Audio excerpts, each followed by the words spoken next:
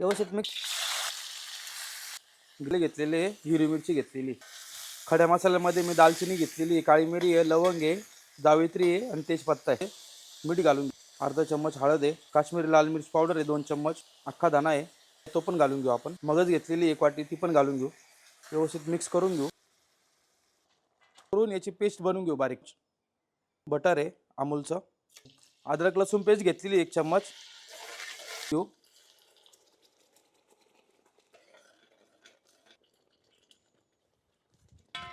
व्यवस्थित मिक्स करून घेऊ. कसुरी मेथी घालून घेऊ.